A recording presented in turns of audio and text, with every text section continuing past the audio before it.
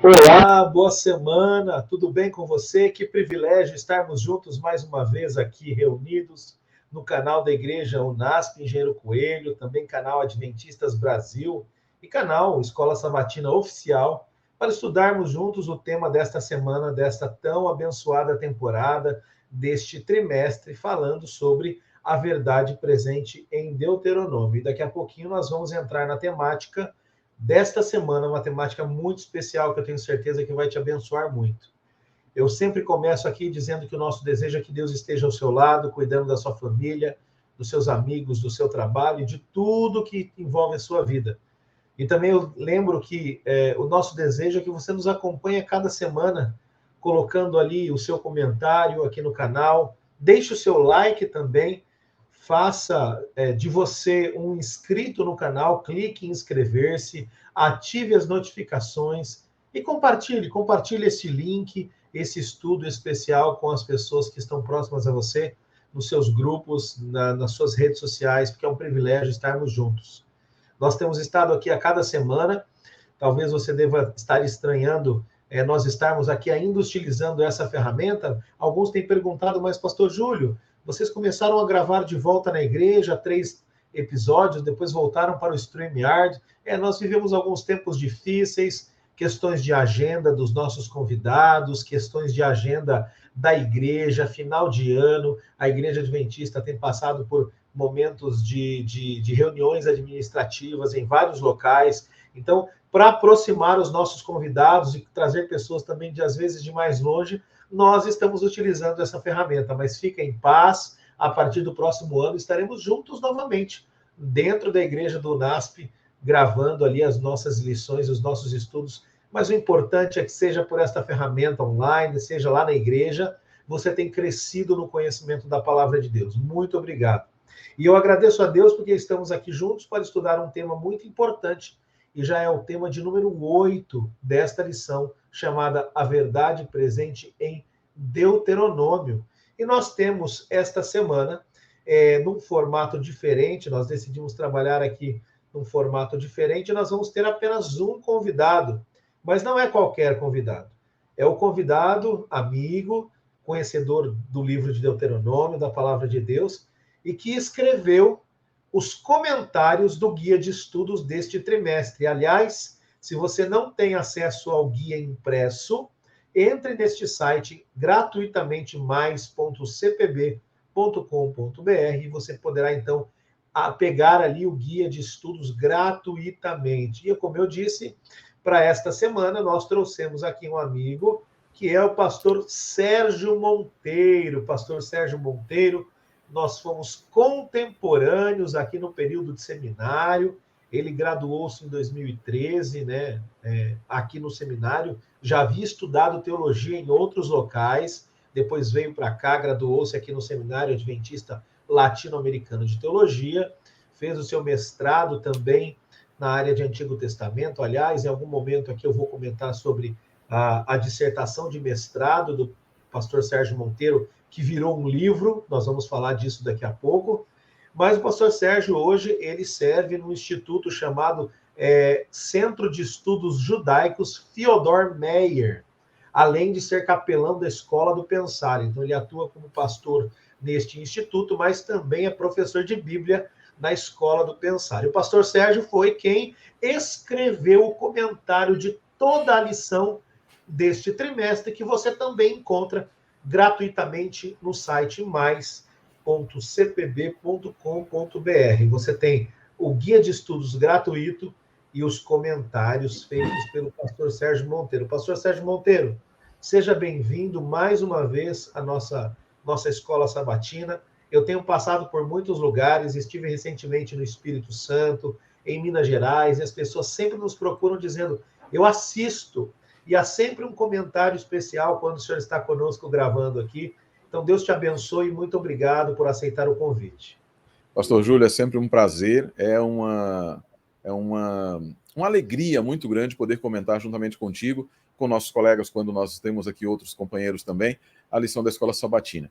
Eu me recordo muito bem que nós sempre fomos ensinados, e desde pequeno eu aprendi, que a Escola Sabatina é o coração da igreja, né? O coração da Igreja Adventista do Sétimo Dia. E aqui nós estamos aqui para ajudar esse coração a continuar batendo. Fazer parte ali como uma pequena célula, é uma pequena célula do miocárdio, né? E eu conheço muito bem isso por causa da cirurgia que eu tive que fazer. Nós sabemos que sem as células do miocárdio, o miocárdio não bate, sem o sangue no miocárdio. Deus nos convidou, nos chamou, e nós estamos aqui escolhendo aceitar o convite de Deus nessa semana. Sabe, pastor, eu tive um prazer muito grande, tenho um prazer muito grande. No início do ano eu escrevi o comentário sobre Isaías, e a Casa Publicadora Brasileira gentilmente me convidou também para escrever sobre Deuteronômio. A minha vida de estudos tem sido a Bíblia hebraica, e é uma paixão tremenda, uma paixão tremenda. O meu doutorado é em números, mas no livro de números, e pode parecer estranho que alguém queira fazer um doutorado em livro de números, mas há tanta beleza na Bíblia como um todo, e na Torá, no Pentateuco, de forma especial. Quanto aos comentários bondosos, e são bondosos mesmo, eu tenho certeza que Deus tem abençoado a igreja através do seu ministério, pastor Júlio, do ministério do Centro White, desse ministério da Escola Sabatina, desse trabalho maravilhoso de prover comentários para a lição da Escola Sabatina, aprofundar um pouco mais. E com relação aos comentários bondosos da igreja, que Deus abençoe a todos. São sempre, a nossa igreja é a igreja misericordiosa com seus pastores. Nós só erramos muito, e a igreja é uma igreja que ama demasiadamente a pecadores como eu aqui também.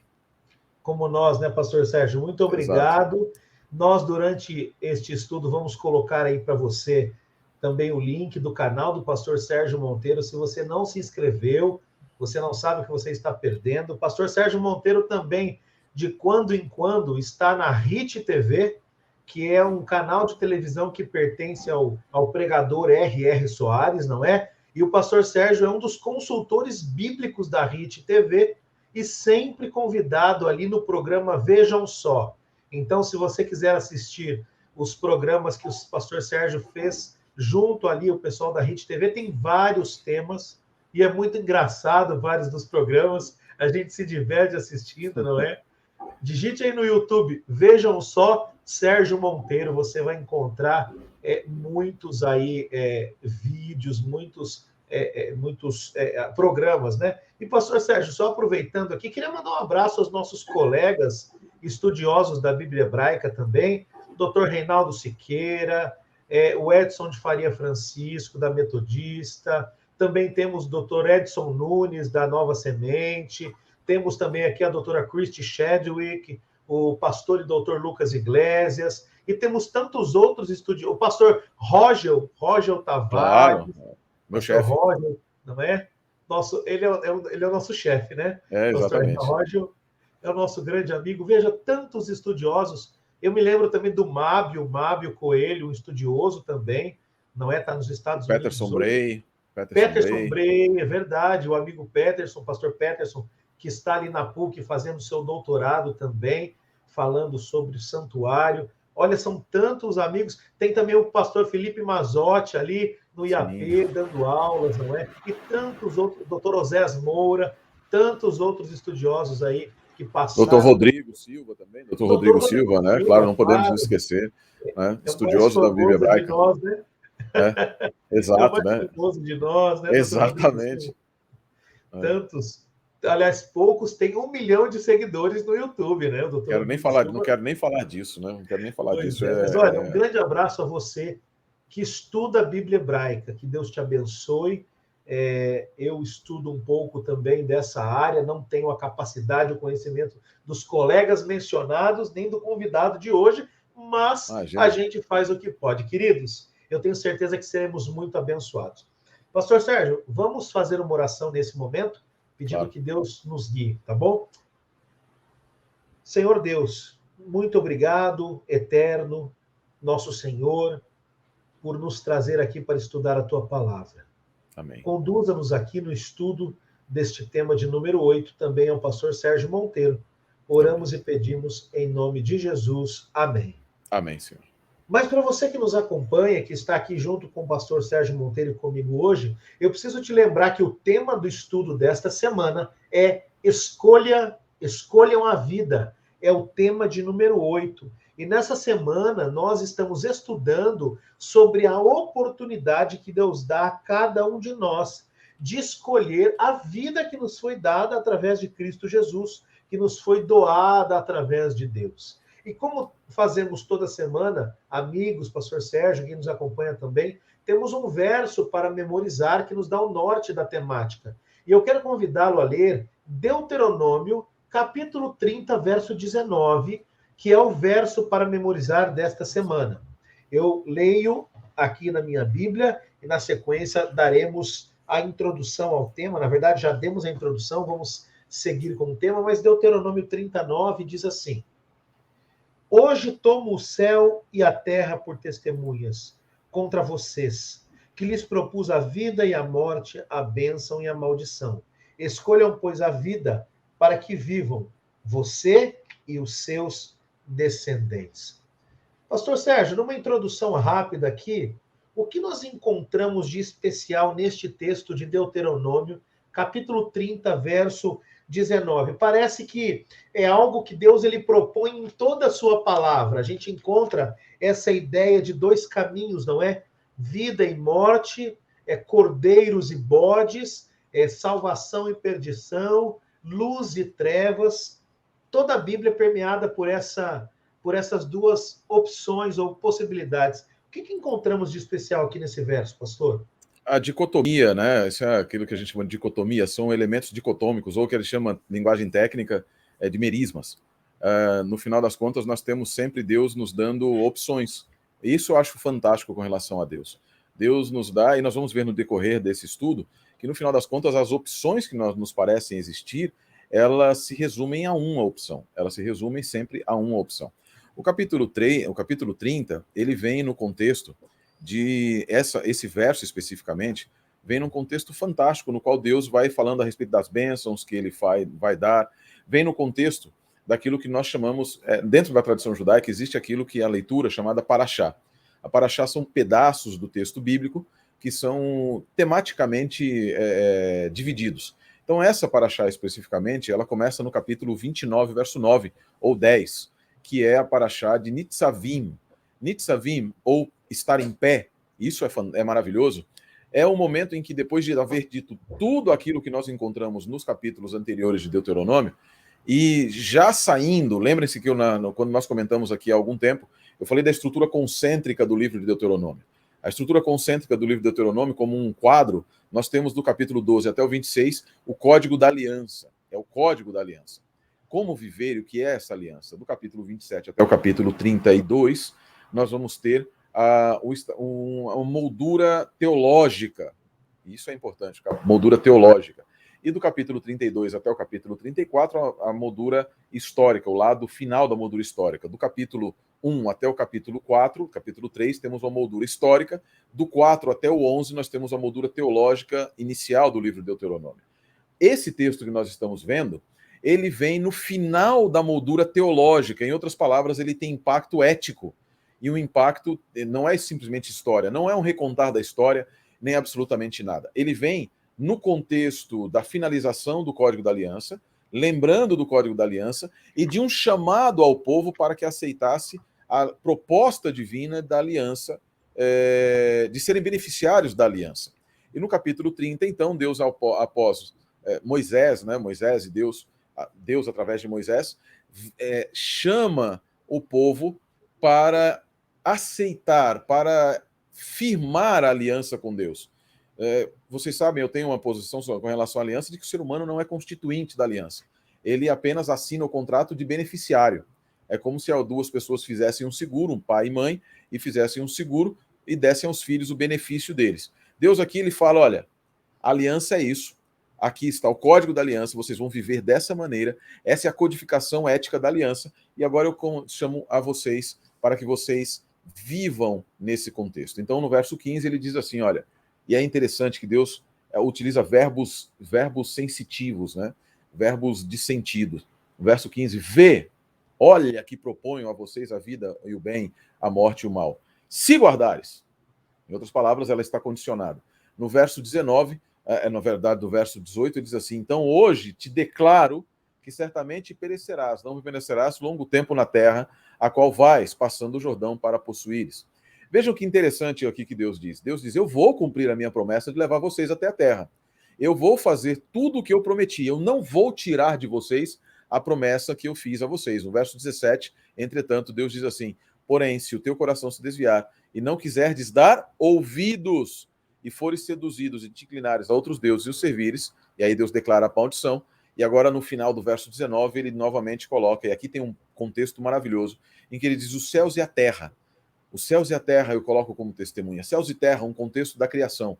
Ele retoma, volta ao contexto da criação, e numa linguagem futurista, né, nós podemos até entender que, de acordo com Jeremias 33, Deus chama a terra e o céu, o dia e a noite como testemunhas da sua aliança, aliança com o dia, aliança com a noite. E nesse contexto, Deus está dizendo o seguinte: eu tomo toda a criação. Céu e terra não são os elementos, o céu como nuvens, nem a terra como terra no sentido de solo, mas tudo que nela há será hoje testemunha contra vocês,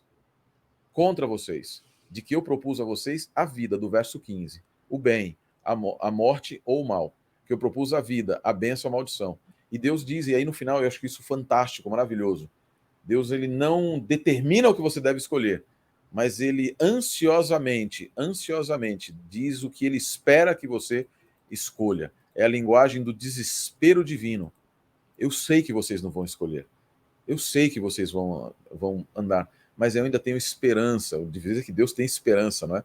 Mas eu ainda tenho uma expectativa de que vocês façam efetivamente a melhor escolha.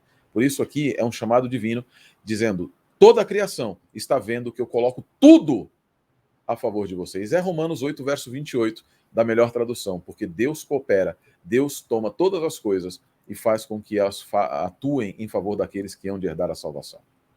Amém, pastor Sérgio. Agora, depois dessa introdução, aqui na lição de domingo, vem falando para nós a respeito da árvore da vida. Veja, eu assisti uma aula no programa de mestrado há algum tempo, e o texto bíblico é muito claro, né, que nós encontramos tanto no centro do jardim a árvore do conhecimento do bem e do mal, quanto a árvore da vida. O texto bíblico apresenta essa ideia. Eu me lembro até de um professor dizendo que não está escrito que a árvore da vida e o bem e do mal estão no mesmo local, mas o texto bíblico é muito claro. Agora, em relação à árvore da vida, quais são as opções que Deus coloca para o ser humano, para Adão, para ser mais específico, a partir da sua existência? Aqui nós temos os textos de Gênesis 2, 8, 9, 15 a 17, também 3, 22 e 23. Deus, ele cria o ser humano sem o ser humano escolher. Ninguém pediu para estar aqui, não é verdade? Deus cria a partir da sua vontade, mas Deus, ele também oferece possibilidades, né, de que essa existência seja, como eu posso dizer, seja a melhor possível. Quais são essas opções nesse contexto da árvore da vida que Deus dá ao ser humano? Olha, eu tenho uma noção, eu tenho uma ideia a respeito das escolhas que Deus nos faz, e que elas são unárias, não binárias, que Deus nos permite, elas são unárias. Eu coloquei isso no comentário da lição da Escola Sabatina dessa semana. Então a provocação aqui já foi boa. Foi ótima, foi ótima. Porque no final das contas, o que nós todos queremos é liberdade. Liberdade. O que Lúcifer propôs foi liberdade. O que Deus propôs foi ele mesmo. O que Deus colocou na árvore da vida não era a árvore em si, não era a vida que adviria biologicamente pelo comer da árvore, mas a vida que adviria espiritualmente do viver em submissão a Deus. Então, todas as vezes em que nós, e aqui a minha crítica à noção de livre-arbítrio, eu tenho uma crítica ferrenha à noção de livre-arbítrio, porque livre-arbítrio, filosoficamente, é a ideia de que nós podemos escolher, e não apenas escolher, desculpa, nós podemos decidir o que é certo ou errado. Ao Deus nos colocar a árvore da vida no contexto, a grande escolha no final, e percebe que ele não colocou, eu acho isso maravilhoso, na verdade não é a árvore da vida, né? Ele coloca no meio do jardim uma árvore, porque a árvore da vida já estava facilitado o seu consumo. A árvore da vida era facilitada, ela era disponível para que eles comessem. Eles podiam comer livremente da árvore da vida, poderiam fazer isso. A árvore da vida era um elemento, não havia restrição ao elemento, à árvore da vida, como vai passar a haver depois do pecado. única coisa que Deus colocou diante deles era se eles iriam escolher ouvir a voz de Deus ou não. Percebe que é unário? Deus disse assim: não comam da árvore do conhecimento do bem e do mal. Daquela árvore que está no meio do jardim, não comam. Essa árvore, ela simbolizava, não era o conhecimento em si, nem a disponibilização ou retenção do conhecimento em si, mas a submissão do homem à soberania divina. Portanto, na verdade, eu disse até para uma jovem esses dias que me perguntou, ontem, na verdade, ela me perguntou aqui da escola, ela me disse assim: pastor, está cortando um pouquinho aqui, deixa eu me ajeitar. Ela me disse: pastor, é a vontade de Deus, então, que sempre subsiste? Eu falei: soberanamente. A vontade de Deus, ela é absolutamente soberana. Mas e o nosso livre-arbítrio? Eu falei: não existe livre-arbítrio no contexto que o mundo hoje pensa. O que nós temos na Bíblia não é liberdade de decidir o que é certo ou o que é errado. Nós temos liberdade de escolher o que é certo e o que é errado por aquele que determinou o que seria certo e errado. A minha liberdade é plena na medida em que eu escolho Deus. Mas cada vez que eu não escolho Deus, eu escolho automaticamente servir ao inimigo. Não existe meio termo. Não existe liberdade. Eu não tenho capacidade. E aí o Deuteronômio nos ajuda a compreender isso. E o evento Adão, o evento Eva, nos mostra exatamente isso. Quando posto as escolhas que conflitam com aquilo que eu tenho como palpável, eu naturalmente, hoje, tenho a tendência a escolher aquilo que é ruim, que é naturalmente palpável. E o palpável, e aí Satanás ele se aproveita muito disso, porque Deus nos oferece o mundo vindouro, nos oferece a vida e a abundância, mas Lúcifer coloca luzes e coloca holofotes para nós. Ele nos dá o prazer fácil, o dinheiro fácil, todas essas coisas, enquanto Deus nos diz: olha, tudo isso, ele não tira a beleza, entre aspas, de tudo isso, mas as consequências são ruins. O pecado não é feio, de outra forma não seria tentador. O pecado é muito bonito, o pecado é agradável, o pecado é tentador, mas as suas consequências são complicadas. Para o ser humano, a proposta de Lúcifer de conhecer o bem e o mal foram tentadoras, porque é conhecimento, a grande busca de todos os gregos, de todos os homens do passado e etc. A grande busca da civilização é conhecer. É conhecer. O grande problema é conhecer o quê? Conhecer quem? E aí Deus apresenta na figura da árvore da vida que já estava disponível aquilo que eles deveriam conhecer.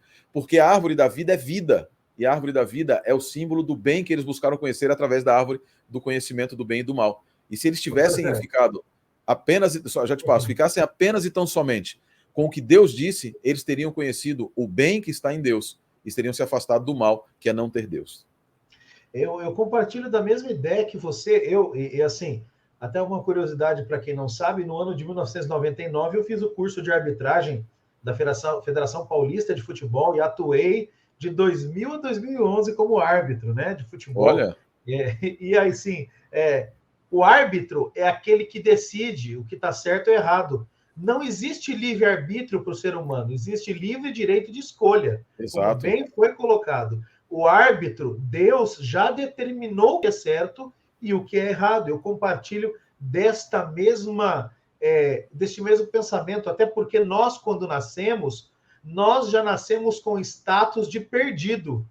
Nós, a única opção que temos é ou mudar de status, aceitando o Salvador, ou permanecemos nesse status que nascemos. Né? Então, isso é muito importante, esse ponto que você tocou de Deuteronômio. Deixa eu ler aqui o comentário que eu fiz da lição, um pedacinho do comentário, só um pedacinho, que diz o seguinte: liberdade é definida hoje como a condição de alguém de agir em conformidade apenas com sua própria vontade e capacidade. Essa definição abrangente é, contudo, perigosa e destoa da realidade apresentada nas Escrituras.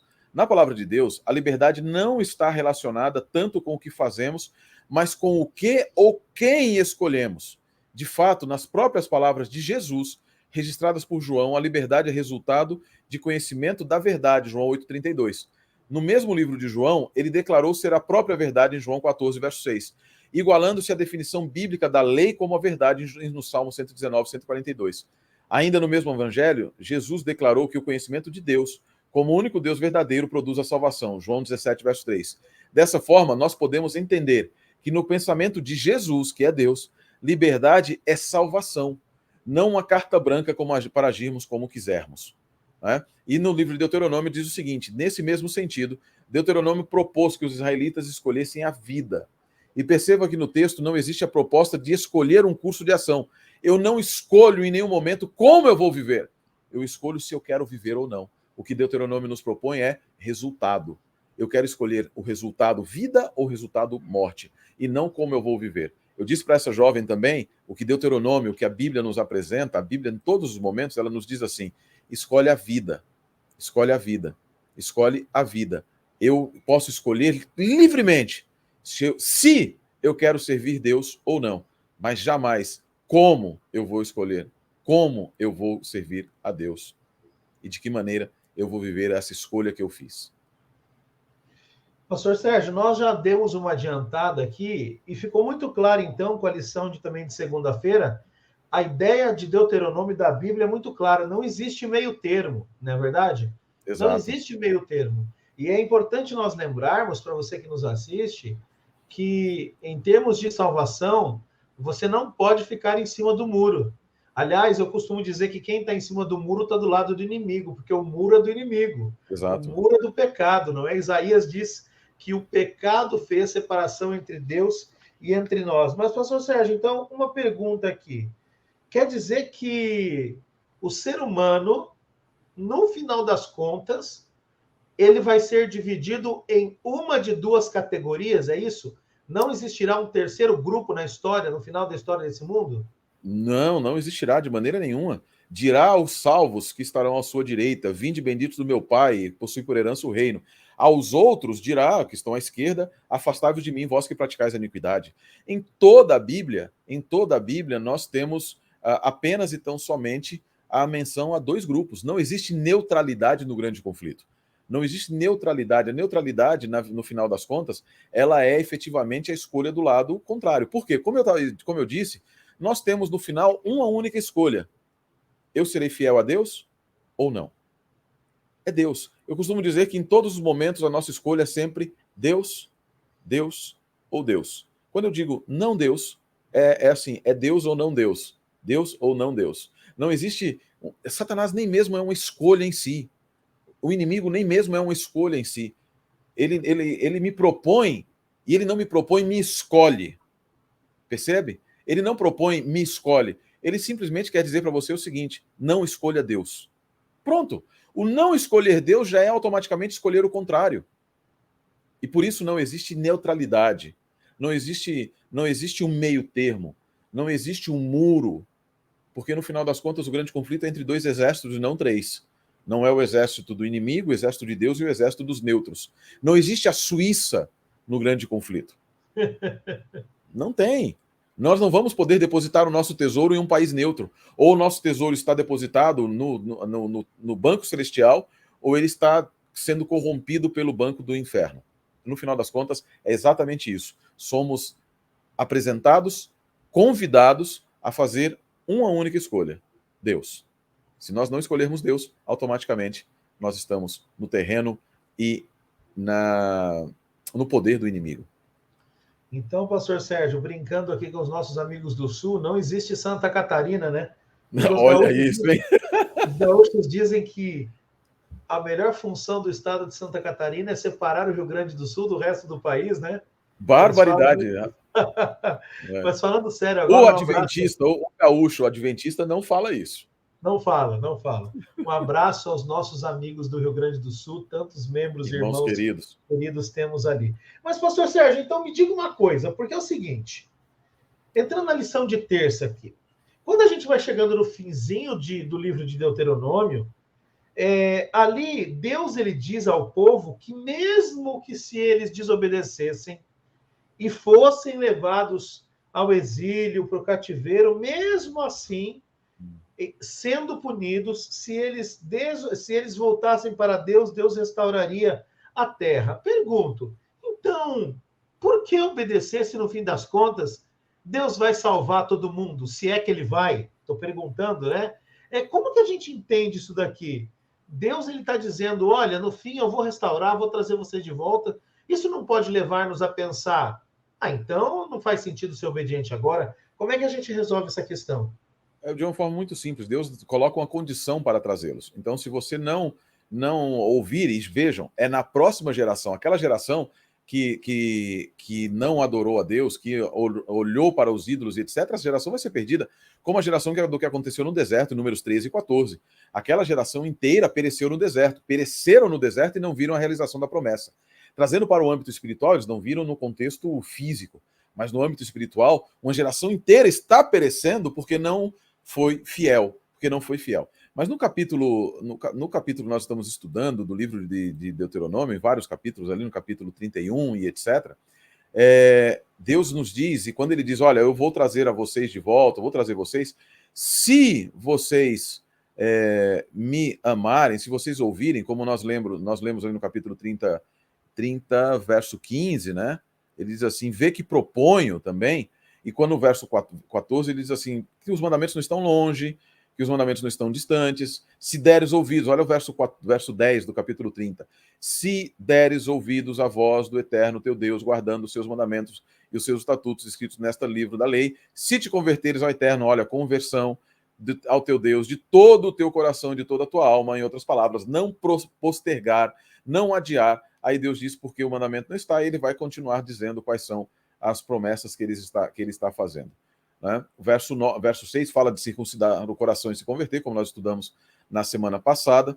Deus vai fazê-los tornar, né? No verso 4, ainda que os teus desterrados estejam para a extremidade do céu, desde aí te ajuntará o Eterno teu Deus e te tomará de lá. Mas de que maneira ele vai fazer isso? Circuncidando o coração daquela geração. Então o Eterno, eu estou lendo de trás para frente, né? Dizendo Deus assim, ó, no verso 1, quando, pois, todas estas coisas vierem sobre ti, a bênção e a maldição que pus diante de ti, se te recordares delas dentre todas as nações, para onde te lançar, ou seja, lembrar do que Deus fez, e te tornares ao Eterno, teu Deus, tu e teus filhos, de todo o teu coração, de toda a tua alma, e deres ouvido à voz do Eterno, segundo tudo o que hoje te ordeno, então o Eterno teu Deus mudará a tua sorte, mudará a sorte daqueles que se arrependerem e tiverem o coração arrependido. Daqueles que dentro do povo não se arrependerem, estes não serão salvos em decorrência da obediência dos outros. Por quê? Porque salvação, nesse sentido, é individual. Deuteronômio 26, chamado Kleine Credo, o pequeno credo, diz que o israelita deve vir individualmente e não como povo, apresentar diante de Deus as primícias. É você que foi diante do povo que deve reconhecer que Deus efetivamente te salvou, te libertou e te trouxe até aquela boa terra. De maneira nenhuma, a salvação pode ser esperada no coletivo. Aqui há algo que precisa ser dito. Embora a salvação seja de maneira somente individual, porque o apóstolo Paulo nos diz posteriormente que cada um deve agir como que havendo de comparecer diante do tribunal de Deus, a santificação é vista dentro da Bíblia sempre como um evento coletivo. O povo é tão santo quanto o menos santo do povo. E aí causa derrotas, como Acã, como outros problemas. Mas a salvação, ela é individualizada dentro da Bíblia. Deus trouxe o povo à terra, mas o curtir, o viver a terra, viver na abundância da terra, é algo que acontece na individualidade. Quando Deus fala no verso 9, de novo, que Deus dará abundância de toda a obra das tuas mãos, não são as obras das mãos do povo como um todo, mas daquele que está plantando. Quando Deus abençoa em números, dizendo Yevarechá Adonai, Deus utiliza o singular. O Eterno te abençoe. Por quê? Porque a bênção é individualizada, assim como a salvação e a proteção de Deus são individualizadas. Essa ideia de uma salvação coletiva e universal, ela atenta contra a individualização da bênção que Deus nos dá no capítulo 30 de Deuteronômio. Deus vai circuncidar o teu coração, e o teu é individual, levav. O teu coração não é um indivíduo, o levav rem, que seria o coração de todos. Vejam como se resolve, prestando atenção em como Deus utiliza os pronomes.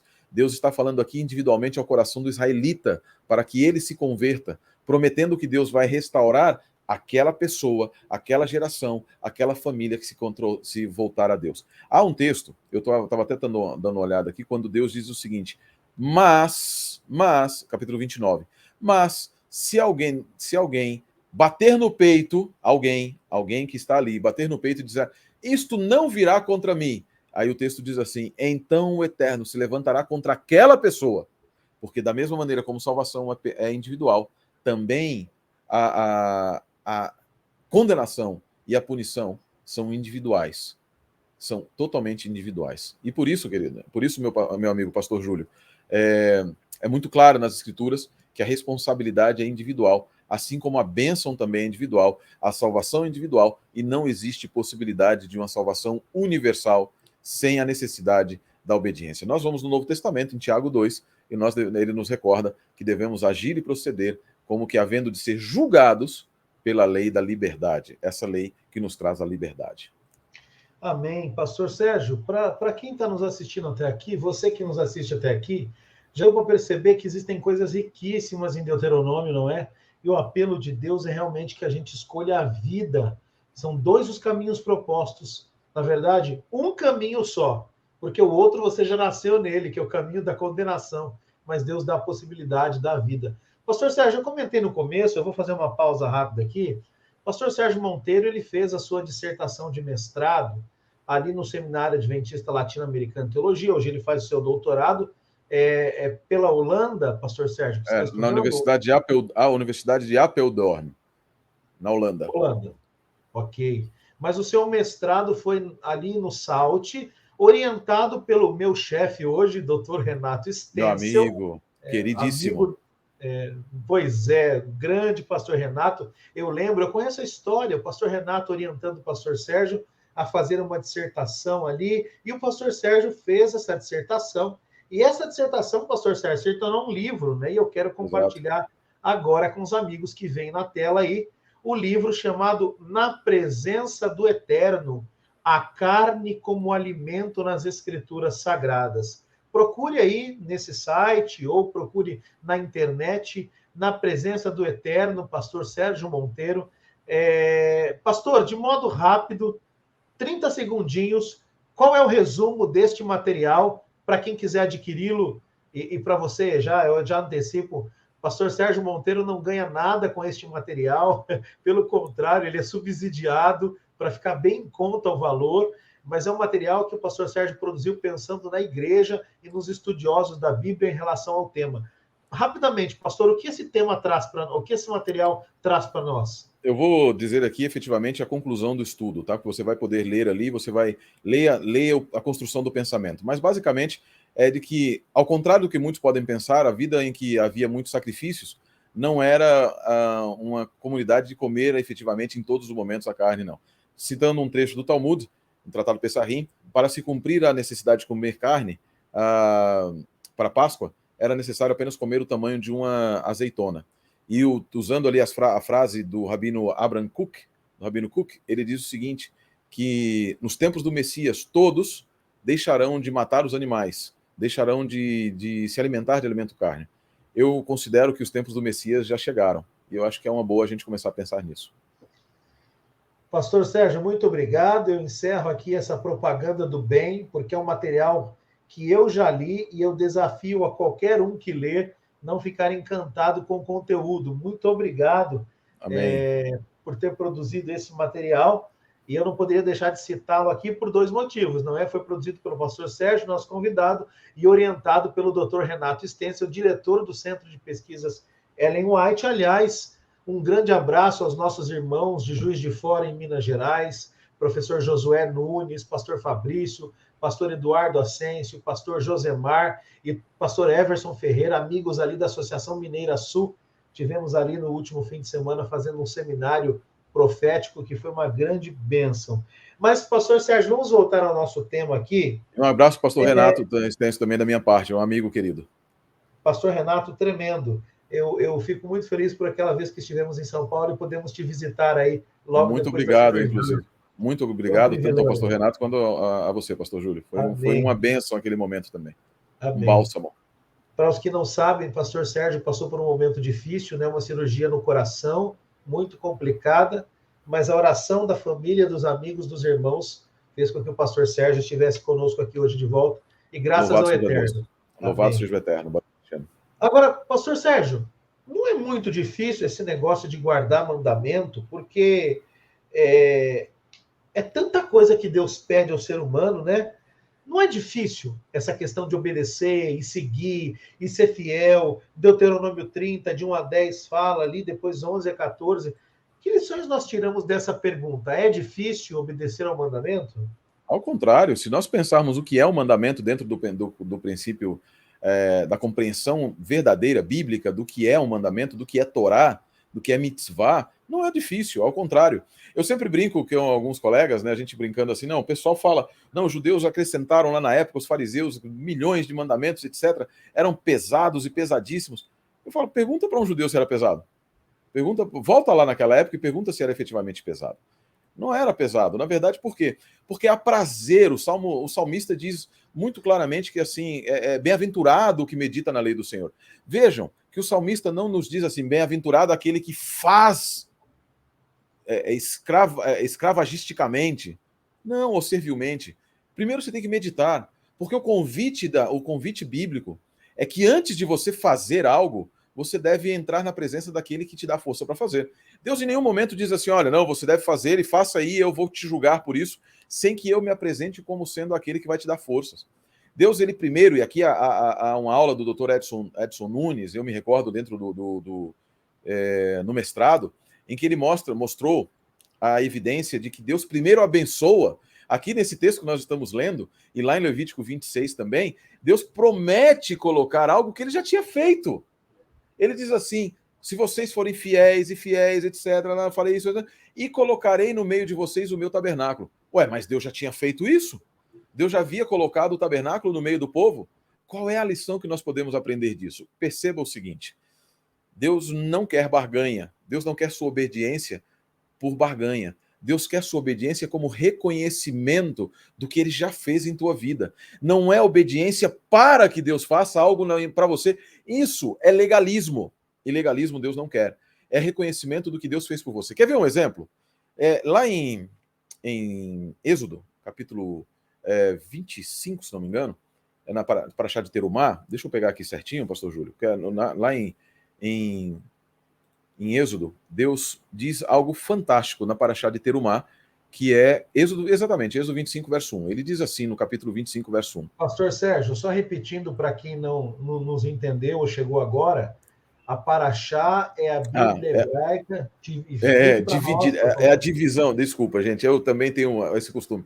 A Paraxá é como nós chamamos as divisões hebraicas de leitura. Então vamos tirar a palavra Paraxá daqui, vamos lá no livro de Êxodo, capítulo 25, versos 1 e 2. Não, olha, mas eu acho que é importante, a Paraxá são 52 por ano, 52, é isso? 54, na verdade, são 54. Uma para cada sábado, né? Exatamente, são 54, mas duas são lidas em algum período, algumas são juntadas, e essas que são juntadas são lidas em 52 semanas. Então, em alguns anos nós lemos separado, em outros anos se lê de maneira juntas, e aí ficam 52, tá? Mas são 54. Saber, por favor, continue. Tá. E elas são, como eu tinha explicado para aquele que está chegando agora, nessa semana de nossos estudos, elas são uma divisão lógica, uma divisão temática do texto, tá bom? Então, elas são muito, muito bom de ler nesse sentido. Você pode encontrar a divisão delas aí na Wikipedia ou em alguns sites que vão te dar essa divisão. Mas na Paraxá de Terumá, ela geralmente apresenta, o nome delas é uma das palavras mais importantes, é a palavra mais importante, ou a primeira palavra do texto. Nessa que diz Terumá é a palavra para contribuição, olha que interessante o que Deus disse. Diz o Senhor Eterno a Moisés. Nós vamos tirar daqui um princípio geral, e não um princípio relacionado a dinheiro, nada. Mas olha que fantástico. Fala aos filhos de Israel que me tragam oferta de todo homem cujo coração estiver movido para isto. Olha que fantástico. Deus não quer apenas e tão somente, aqui eu vou sair agora da questão de ofertas para o todo. Primeiro que Deus não quer apenas o teu coração, Deus quer a totalidade da tua vida. Mas o teu coração deve estar movido. E o que é que move? O que move, meus amigos, é o reconhecimento da ação de Deus em tua vida. Por isso, quando Deus te pede algo, ele antes de haver te pedido, ele demonstra a razão pela qual ele te pede. O pastor Roger Tavares, né, ele tem uma frase que eu gosto muito, ele diz assim, a legislação nunca brota do nada, ela se fundamenta na história. Perfeito. Então, a legislação em si, ela não surge no vácuo. E qual é a história? Não é o evento histórico em si, mas a Heilsgeschichte, que é uma expressão teológica em alemão que quer dizer história da salvação. Então, toda a legislação divina se fundamenta num ato divino em favor do seu povo. Por isso não é difícil quando você reconhece o que Deus fez. Por isso é aprazível quando você reconhece o que Deus fez. Por isso é gostoso cumprir o mandamento quando você reconhece o que Deus fez. E no reconhecimento do que Deus fez, você reconhece também a capacidade de Deus fazer ainda e a bondade, a vontade de Deus em continuar fazendo. E esse continuar fazendo, salvação em 3 tempos. Nós fomos salvos no passado, estamos sendo salvos e justificados no presente, para sermos glorificados no futuro. Nós somos justificados no passado, estamos sendo santificados no presente pelos mandamentos de Deus, e nós seremos glorificados no futuro, e sempre reconhecendo e reconheceremos a tranquilidade. E Deus diz o seguinte: os mandamentos não estão no céu, não são difíceis, não são altos, grandiosos, não são complicados, de maneira nenhuma, porque no final eles se resumem em 2 coisas: ama a Deus e ama o teu próximo. É isso. Basicamente, é a lei do amor. Você não quer ser livre? Você não busca liberdade? Não quer que as palavras de Cristo se cumpram em você? Conhecereis a verdade e a verdade vos libertará? É simples. É simples. Vivamos a lei do amor. Mas não é a lei do amor como o mundo diz hoje, um amor livre, com a desculpa do livre-arbítrio, mas a responsável, compromissada guarda dos mandamentos amorosos de um Deus que é amor. E que não te pediu para você fazer algo que é complicado. Ele pediu apenas para que você o aceite. E ele vai te dar forças para entender a beleza do mandamento, porque o mandamento é santo, a lei é santa, o mandamento é santo, justo e bom, diz o apóstolo Paulo. Amém, amém, pastor Sérgio. Bom, até parece que esse tal de Paulo era judeu e sabia do que estava falando, né? Não é verdade? Não parece? Até parece que... E aí alguns perguntam hoje, eu discutia com o nosso amigo pastor Bruno Ferreira, que foi teu colega de sala, Verdade. foi meu colega no Centro White, hoje atende na reitoria do NASP. Esse tal de escritor de Hebreus tem que ser muito bom, né? Porque o cara entendia tanto de Novo Testamento, santuário, entendia tanto de lei judaica, Antigo Testamento, tinha que ser alguém que realmente entendesse do assunto, né? De eu fato. não consegui encaixar outro que não fosse ele mesmo, mas essa discussão fica para um outro tema, pastor Sérgio. O autor de Hebreus eu considero que aquele grande sermão chamado Hebreus, não tenho dúvidas que tenha sido de Paulo Sim. falando, né? E eu também creio ser um sermão, né? Um sermão que ali foi transcrito. Faremos uma live sobre isso futuramente, tá bom? Faremos. Pastor Sérgio, então você está querendo dizer que, no fim das contas, o cerne da aliança entre Deus e Israel é a quem eu escolho e a quem eu não escolho. Porque quando a gente olha para a Bíblia, a gente percebe que o que tornava Israel diferente dos outros povos era que ele era o único povo que adorava o Deus verdadeiro em detrimento dos deuses pagãos. Às vezes nós perguntamos assim, quantos deuses há? Ah, só um Deus. Não, haviam vários deuses. A questão é que há um só que é verdadeiro. Não é importante dizer isso, porque outros povos adoravam outros deuses. Pergunto, por que essa ideia de colocar Deus no centro, ela era tão essencial para a nação de Israel, não só em termos de existência, mas também em termos de cumprimento da missão dada por Deus, pastor Sérgio? Vejam, na medida... Há uma frase que eu acho fantástica, que eu até coloquei na lição também, que é a seguinte: o que eu creio determina o que eu faço. Nós fazemos aquilo que nós cremos que seja verdade. Então, quando eu não creio em algo, eu não vou fazê-lo. Eu não irei fazer. Eu não vou atuar de maneira diferente daquilo que eu creio. É uma necessidade básica do ser humano, é uma característica do ser humano. Então, na medida em que eu adoro a um Deus e eu creio que ele é o Deus verdadeiro, eu vou agir em conformidade com os ditames dele e para o modelo de vida que ele me apresenta. Na medida em que eu creio em vários deuses, na medida em que eu não creio que esse Deus é o único Deus verdadeiro, eu perco um pouco do comprometimento também. Aqui é um ponto importante, porque, na verdade, quando nós criamos deuses, quando nós pensamos em deuses muitos, nós podemos... Quem nos limita a quantidade de deuses e quem nos limita a qualidade do relacionamento com esses deuses? Há um autor moderno, que ele não é um teólogo, não é nada, chama Neil Gaiman. Neil Gaiman escreveu ele escreveu vários, é um quadrinista, na verdade ele é um roteirista de quadrinhos. E ele tem um livro chamado Deuses Americanos.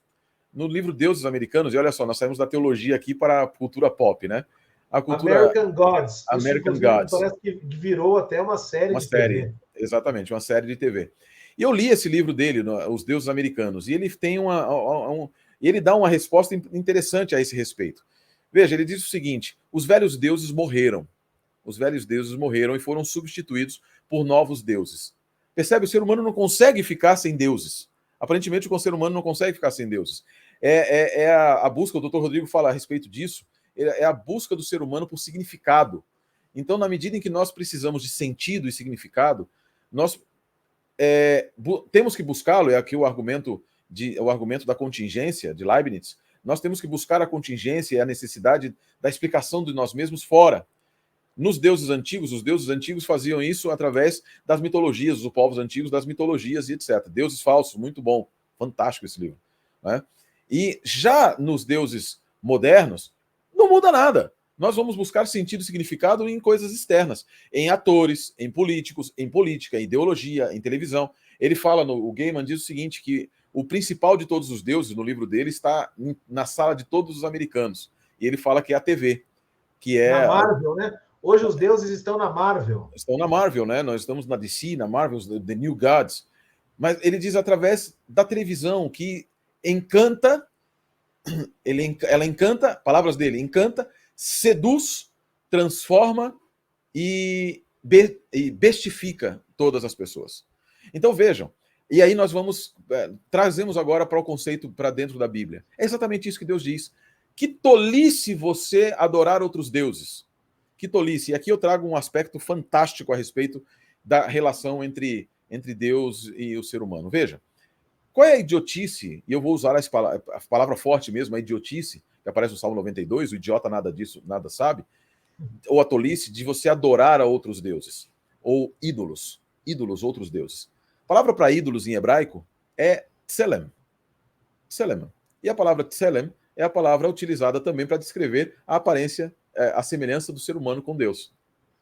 O ser humano é o tselem de Deus. O ser humano carrega em si o tselem de Deus. Quando você adora um outro Deus, quando você adora um ídolo, quando uma pessoa adora um ídolo, etc., um tselem, na verdade, ela não reconhece em si mesma a grandiosidade da presença de Deus na sua vida, nem nela e nem no próximo, a existência da semelhança de Deus. Então, para Israel, quando eles adoravam ao Deus verdadeiro, quando eles negavam os outros ídolos, eles percebiam a própria semelhança de si mesmos com Deus, deles mesmos com Deus. Daí a importância da missão. Por quê? Da importância teológica. E qual a importância para a missão deles e para a nossa também? Porque na medida em que eles reconheciam em si a semelhança, o tselem de Deus, eles olhavam para o próximo e eles deveriam reconhecer também o tselem de Deus no próximo e não nos ídolos. E na medida em que eles reconheciam o tselem de Deus, eles reconheciam também a degradação desse tselem, dessa missão, dessa imagem e semelhança de Deus no próximo. E deveriam buscar a restauração missional, a restauração evangélica, que é o foco da missão. A missão não é levar teologia, a missão não é levar doutrinas, a missão é levar a restauração da imagem perdida de Deus no ser humano. Essa é a missão evangélica. E através de que maneira se fazia isso? Através da proposta da melhor escolha. Daquilo que eu gostei muito da sua frase, pastor Júlio, que é assim, nós já nascemos perdidos. Nós já nascemos perdidos. E aí Paulo, o grande apóstolo, esse cara que parecia sabia muita coisa, né? Esse homem judeu ali, desculpa a expressão cara, algumas pessoas não gostam, mas esse homem, ele nos faz utilizar, ele de uma maneira linda e maravilhosa, ele descreve o contraste entre o reino que nós vivemos e o reino em que nós podemos viver. Ele diz que todos nós, ento Adam, nós vivemos no reino de Adão, e o reino de Adão é morte. Thanatos, é morte. Mas nós fomos chamados para viver ento Christo, que é no reino de Cristo. Isso é um dativo, olha que palavra bonita. É uma forma verbal no grego, uma forma verbal, uma forma nominal no grego, que nos dá esfera de ação, reinos de existência. Nós vivemos no reino da perda da semelhança e somos chamados a viver no reino do retorno da semelhança. Essa é a escolha. Essa é a escolha. É a única. Escolher a vida e ela é a abundância. Pastor Sérgio Monteiro, olha, eu quero agradecê-lo, muito obrigado. Estamos chegando no final aqui do nosso estudo.